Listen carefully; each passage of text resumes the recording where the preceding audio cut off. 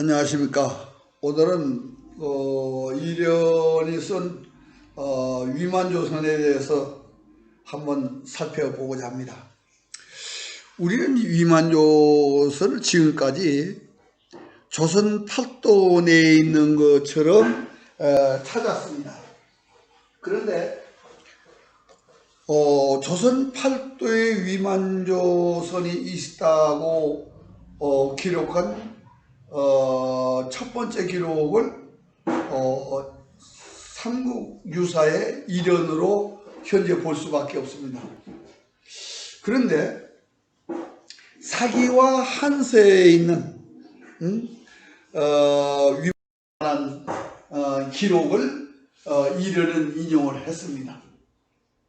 그래서 전한서를 인용을 해가지고 조선년을 쭉 얘기를 했는데, 근데 사실 사기에는 그러니까 사군이 명칭이 없습니다. 근데 한서에 와서 비로소 사군에 대한 명칭이 있습니다. 그런데 여기서 위만조선의 위치를 분명하게 나타낼 수 있는 부분이 있는데, 그 부분에 대한 거는 얘기가 없습니다. 여기서 위만조선에 대한 얘기, 자세한 내용은 다음에 얘기하기라고, 위만조선에 대한 말하자면 사기와 한세의 기록을 우리가 조선 팔도의 역사로 보고 있다는 점이 이제 이게 문제입니다. 삼국지 권 31과 후한서 85, 사기 권 30, 한서 6, 한서 권 24에서 위만조선을 찾을 수 있는 창해군이라는 역사 기록이 있습니다. 근데 이 창해군에 대한 얘기는 이련이 하지를 않습니다. 창해군을 찾으면 위만조선의 위치가 금방 찾아지거든요. 왜 그러냐? 남녀라는 예군의 말하자면 예군장이 우거조선을 배반하고 한나라로 귀속하는 부분입니다. 그런데 요거는 설치한 몇 년 만에 폐지가 된 것인데, 근데 기록마다 재미난 것은 뭐냐면, 여기 보면 제일 처음에 보면 사기 30권에는 가멸이라는 말을 썼습니다. 가멸은 뭐냐? 돈 주고 산다는 얘기거든요, 이게. 가가 이게 돈을 주고서 매수한다는 얘기입니다. 그리고 그 다음에 한서 20화에서는 이게 천예라고 했는데, 이게 뚫는다는 얘기거든요. 이게 공수작전을 해서 이렇게 말하자면 점령하는 그런 표현을 쓰고 있습니다. 그리고 한서 6권에는 항이라고 했습니다. 근데 이제 여기서 이 말이 그리고 후한서에서는 반이라는 말을 썼습니다. 근데 여기 이 말은 어떻게든 우거조선을 배반했다는 얘기는 다 맞습니다. 이게 공격에서 이렇게 되는 것도 아니고 그냥 그 내부 반란을 이용한 기록입니다. 우리나라로 치면 말하자면 이렇게 인용할 수 있는 것이 바로 5.18일 것입니다. 그러니까 5.18을 만약에 김일성가 인용해서 사용한다면 이런 식으로 인용할 수가 있는 겁니다. 그런데 어떻게 됐든 인용하는 게 얘들이 우고를 배반한 남녀의 위치가 어디인가는 연구된 바가 없습니다. 지금까지 연구해서 발표하지도 않습니다. 그런데 이 창해군이 일어나니까 뭐라고 설명하냐면은 연제지간에서 소요가 일어난다라는 말을 써놨습니다. 연제지간에서 소요가 난다는 말은 창해군이 연제 사이에 있다는 말로 바꿔서 얘기할 수 있습니다. 그런데 지금 연과 제나라 사이에 창류라는 지명이 있고 신해라는 지명인데, 두 지명을 합하면 창해군이 됩니다. 그런데 이걸 처음에 사기 30에는 창해지군입니다. 창해군이 아니고 창해지군이에요. 근데 이 지자가 떨어지면서 창해군으로 바뀝니다. 그런데 이것이 간단한 군이 아니고 28만 명의 인구가 사는 지역이면 지금으로 말하면 대단히 넓은 지역입니다. 지금도 28만 명이면 28만 되는 시도 그렇게 많지도 않아요. 지금도. 근데 이 당시 그러니까 지금부터 이게 위만조선이 근 2000년 전 가깝잖아요.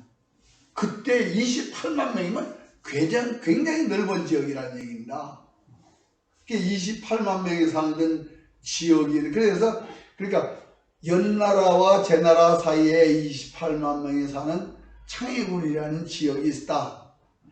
근데 지금 창주와 시내라는 지명으로 그걸 입지하고 있는데 여기서 연제지간이랄까 연나라와 제나라 사이라는 뜻인데 이 연나라가 연제를 나타낼 때 그때는 사기 69권에서 소진 때의 연나라를 얘기하기 때문에 소진 때의 연나라는 지금 산스성 북부 지역을 얘기하고 있습니다. 그러니까 산스성 북부 지역과 산동성 가운데가 창해군입니다. 그러니까 이 기록이 이만큼 많이 남아있는데 이 기록이 뭐냐 사마천에서부터 후한 때 송나라까지 여러 사서에 한 사건을 기록했기 때문에 그 기록을 가지고 여러 가지를 찾아낼 수 있는데 우선 창해군이 요동에 있다는 것과 동이라는 것과 그 지명이 어떻게 바뀐다 여러 가지를 분석해 볼 수 있습니다. 근데 이제 연나라 그래서 이게 소진의 연나라 기록입니다. 북쪽이 이렇게 찾아집니다. 이모와 누본이 지금 이 안문관이 있는 그 북쪽의 지명이 두 개가 결정됩니다. 그러면 북쪽 두 곳이 결정되면 나머지 동서남북은 이 북쪽의 결정에 따라서 그 남쪽에 있을 수밖에 없습니다. 여긴 발바닥이 딱 결정되면은 몸뚱이가 다른 데로 빠져나갈 수가 없듯이 북쪽은 이미 상남과 안문이라는 두 글자로 확정이 돼서 이 지역을 나타내는 것으로 이걸 볼 수밖에 없는데 지금은 이 연나라를 감추기 위해서 후에 나온 북연이나 이런 것이 북경지역 넘어 있던 그 연나라로 오인할까 싶으니까 최치원 선생도 유연제노라고 해서 연나라의 위치를 분명히 나타내고 있습니다. 제나라는 산동성 북부지역을 얘기합니다. 산동성의 남부지역은 제나라 그리고 북부지역은 노나라고 그 북부지역을 말하자면 제나라라고 이렇게 표현을 사기 69권에서 표현하고 있는데 그 위에 산동성 북부지역에 창해와 창주와 시내가 있습니다. 그래서 연나라와 제나라 사이에 창해군이 현재까지도 창주와 시내로 남아있습니다. 창해군의 위치는 위만조선의 위치를 그러니까 지금까지 우리는 위만조선의 위치를 평안도에다 갖다 놓고 얘기를 했는데 창해군에 의해서 하북성 지역으로 연결된다는 얘기입니다. 그럼 이 위만조선을 이렇게 했는데 기준이 해로 들어와서 사만을 일으키므로 해서 번조선은 번조선이 이제 얼마나 컸느냐 하는 것을 이제 찾을 수 있는데 이 위만조선이 망할 때 이제 한사군 중에 진범군이 있습니다. 그 진범군인데 진범군의 위치가 저는 그 위만조선이 창해군이니까 창해에 가까운 지역에 진범군이 있을 줄 알았는데 한서 7권과 우적도에서 진번이 지금 광동선 서쪽으로 나와 있습니다. 그러면 이 진번군의 위치가 무슨 얘기냐면 번조선이 이 하복선 북쪽에서 광동선 서쪽까지 번조선이었다는 것을 입증하는 그런 얘기가 되겠죠. 그러니까 우리가 창해군을 통해서 위만조선의 위치를 찾을 수 있다. 지금까지 중요한 얘기고, 그래서 우리는 삼국사에서 조선 팔도로 남기는 이런 역할을 기준이 하면서 창해군 얘기를 안 한 겁니다. 일부러. 왜? 창해군의 위치를 얘기하면 여제지간 얘기해야 되고 사세히 여러 군데 창해군에 관한 기록이 있기 때문에 그거를 이련이 또 빼버렸습니다. 유연제로 5원을 해서 고구려 백제를 뺐다면 창해군에 관한 기록을 뺨으로 해서 위만조선의 위치를 조선 팔도에 옮기게끔 하는 역할을 하지 않았나, 이렇게 생각하면서 위만조선에 관한 것은 창해군 사건으로 여러분들이 찾아볼 수 있다.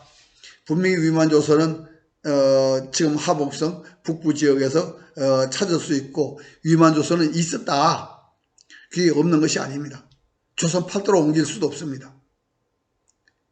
그런데 우리는 삼국유사에 의해서 기자조선과 위만조선과 삼왕과 한사군이 옮겨지게 된 것입니다. 그러나 그건 18사 동의전에 있고 우리 삼국사가 있는 한 유연전후 5월 속에서 위만조선이 찾아질 수밖에 없었다는 것을 말씀드리면서 오늘 위만조선이 이런이 써놓은 삼국유사에서 찾아본 것으로 여러분들에게 알려드리는 것입니다. 감사합니다.